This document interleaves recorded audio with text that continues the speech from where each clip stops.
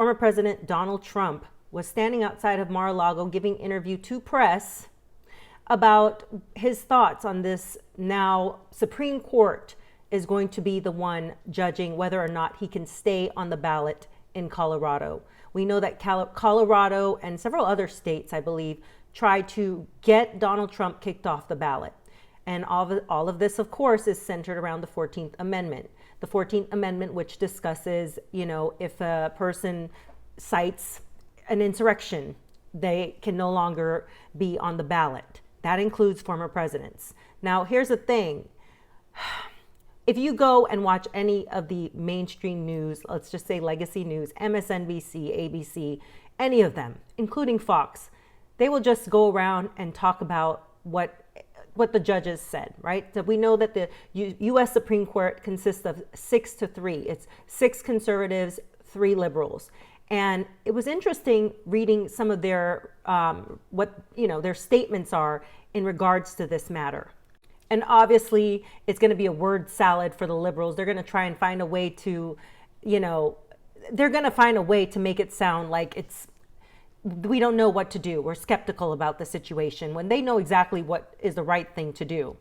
It should be thrown out. This is a non-starter. This is garbage. It's a garbage case. It's based on nothing factual. They can't prove anything.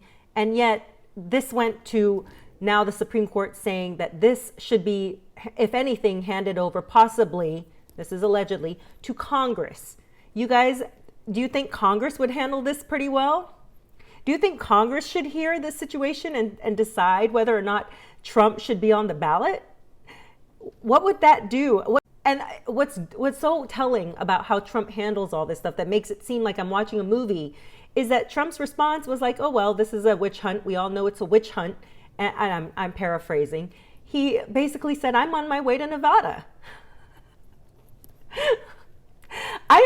At 70 something, there's something about this man that he's stoic. He just stands in the face of adversity.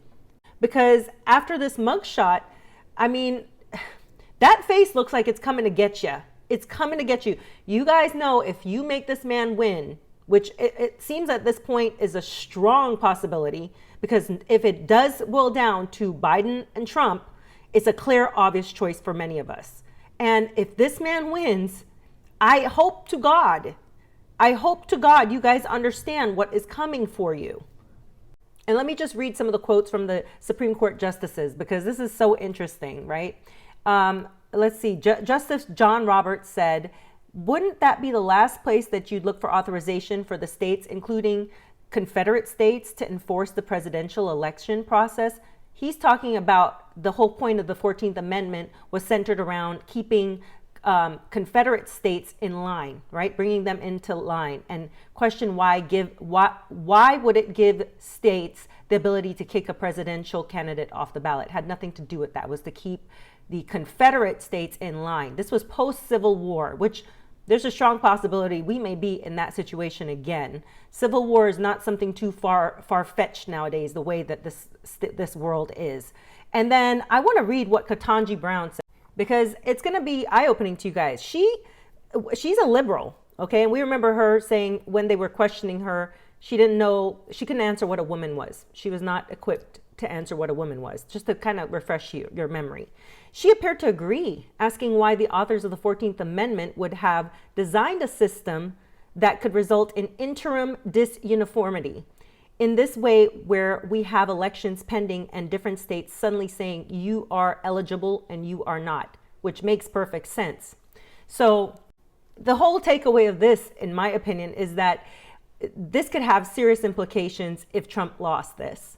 All right. This could really, really create some problems in the future if he lost this. We don't know the kind of situations that we're going to face in the future. No one has a crystal magic ball. Maybe the government. But for the most part, if this was the case, it would be an unfortunate situation. So I'm thinking it's leaning more into Trump's favor. Sorry, all you Democrats. Sorry, all you strong liberals. I'm an independent, just to clarify. I don't care for either sides of these parties, red or blue. If it was up to me, I'd vote for none of them. But sometimes they make you have to choose, right? Anyways, have a great day and remember to think for yourself.